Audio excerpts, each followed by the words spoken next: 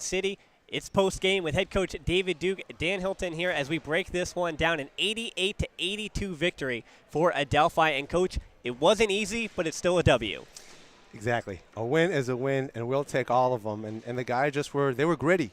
Our guys, it's a great Bentley team, and our guys just kept fighting all the way through. We were down late in regulation. Manny makes a huge three for us, and then from there the guys do a great job taking that momentum into the overtime and playing it through. And, Coach, particularly in that second half, when you look at Coffey, one of your leading scorers, is your leading scorer, just not hitting tonight, and Laffey, McGinnis, they all had stretches where those three-pointers just weren't falling. What are the lessons to be learned on the nights when you just aren't making your shots, but you can still get that W? Well, with our post game with Manny and Chris, we're able to throw the ball down into them in the post, and we went there for a while. And we have great shooters, and we told them you're going to knock them down, and Jack stayed with it.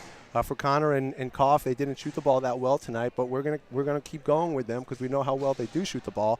But again, we have the ability to throw the ball into the post. Austin could drive the ball a little bit more. I was telling him, be in attack mode.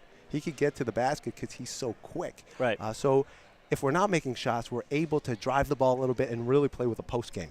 So Manny Suarez, as you mentioned, in that post, finished with 30 points in this one. Jack Laffey had a big three in overtime as well, finishing with 20 points. And we talked about the Connor McGinnis and what he could have learned from FPU when you guys got blown out by Franklin Pierce. In this one, 14 points and 15 assists, matching his career high. On the other side, he also had to defend Ryan Richmond, who scored 26 points in this one, but still was held at the end of that second half. Connor's such a tough player. He is such a tough player, and he was getting to the basket. He had some really good looks there, but he's so unselfish that I have to keep telling him to take those shots. We were setting our ball screens very low, almost at the foul line, and he kept looking to pass it, and I kept telling him, if you have a three, take it. And, again, he's such a good passer, 15 assists. He's just terrific. He's our leader out there, with that ball in his hands. We're so comfortable that he's going to make the right plays. And even though he didn't shoot the ball that well, the shots he took were great shots.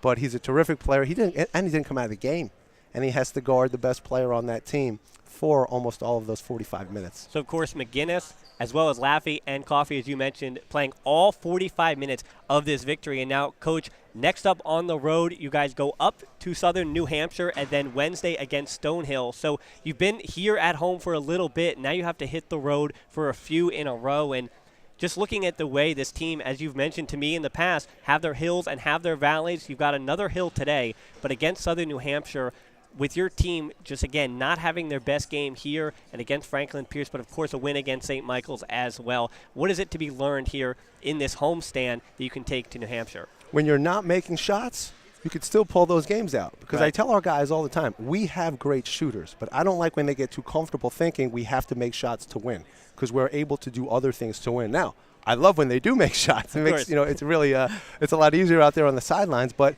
it's great for them to see that when we defend and we dig in. I mean, they shot on the game, they shot 20% from three, and they shot 41% from the field. So when you really dig in, and they had 9 offensive rebounds, and a couple of those offensive rebounds, they had a few in one sequence. So when you defend and when you rebound, you could beat anybody. I tell that to our team all the time. It's about us. We go over the other team's plays, and we have good scouts. But I tell them all the time, I'm worried about the jersey that says Adelphi. We run our stuff. We play hard.